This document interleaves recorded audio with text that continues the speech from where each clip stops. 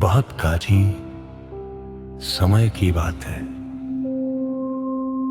उस युग में असुरों का एक अत्यंत शक्तिशाली, पराक्रमी और अहंकारी राजा था, हिरण्यकश्यप।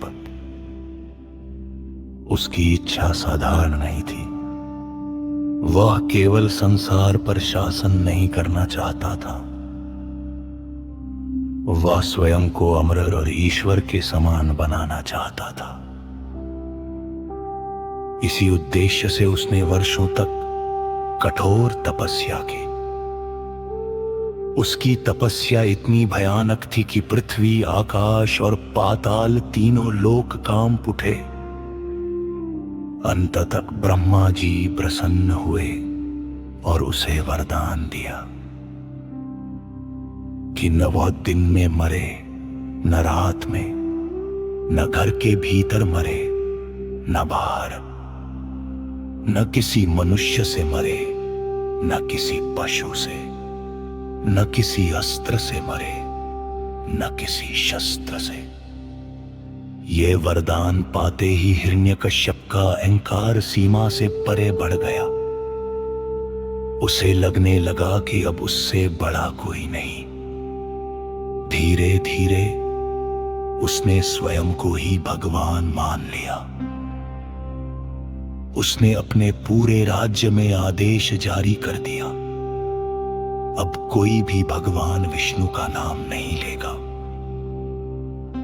हर मंदिर, हर प्रार्थना, हर पूजा केवल हिरण्यकश्यप की होगी।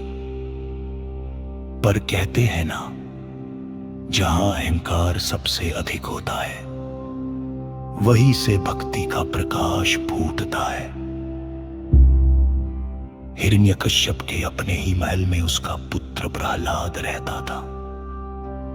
प्रहलाद बचपन से ही भगवान विष्णु का अनन्य भक्त था। उसका हृदय सदा भक्ति, प्रेम और सत्य से भरा रहता। वह हर समय ये ईश्वर का स्मरण करता और सभी से प्रेम पूर्वक व्यवहार करता। जब गुरु उसे असुरों की नीति सिखाते तो प्रहलाद भगवान विष्णु की महिमा बताता। जब पिता उसे शक्ति और भय का पाठ पढ़ाते तो प्रहलाद शांति और करुणा की बात करता। ये बात हिरण्यकश्यप को सहन नहीं हुई। उसने प्रहलाद को बुलाकर समझाया, दांता धमकाया, दंड दिया। लेकिन प्रहलाद हर बार शांत स्वर में यही कहता, पिताजी, भगवान तो हर जगह है, वे ही सच्चे रक्षक हैं। क्रोध से अंधा होकर हिरण्यकश्यप ने प्रहलाद को मार डालने का निश्चय कर लिया। उसे ऊंचे पर्वत से गिरवाया गया, पर वह बच गया। उसे गहरे समुद्र में डलवाया गया, पर वो डूबा नहीं। उसे विष पिलाया गया, पर उस पर कोई प्रभाव नहीं पड़ा। उसे उन्मत्त हाथियों के सामने डाल दिया गया, पर वे भी उसे नुकसान न पहुंचा सके। हर बार प्रहलाद बचता गया और हर बार उसका विश्वास और भी अटूट होता गया। अंत में हिरण्यकश्यप ने अपनी बहन होलिका को बुलाया। होलिका को वरदान प्राप्त था कि वह अग्नि में नहीं जलती। योजना बनाई गई कि होलिका प्रहलाद को गोद में लेकर अग्नि में बैठेगी और प्रहलाद भस्म हो जाएगा।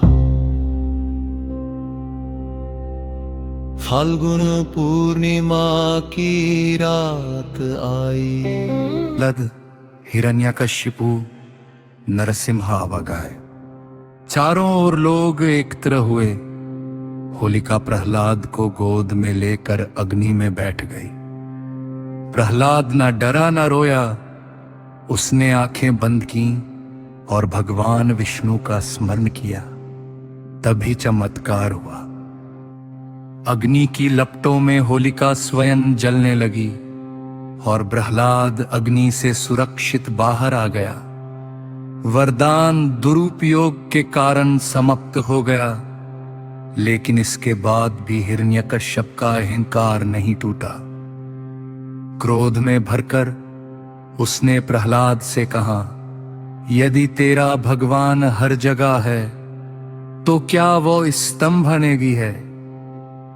प्रहलाद ने निर्भय होकर उत्तर दिया, हां पिताजी, भगवान हर जगह है। जैसे ही हिरण्यकश्यप ने स्तंभ पर प्रहार किया, स्तंभ फट गया और उसी क्षण भगवान विष्णु नरसिंह रूप में प्रकट हुए।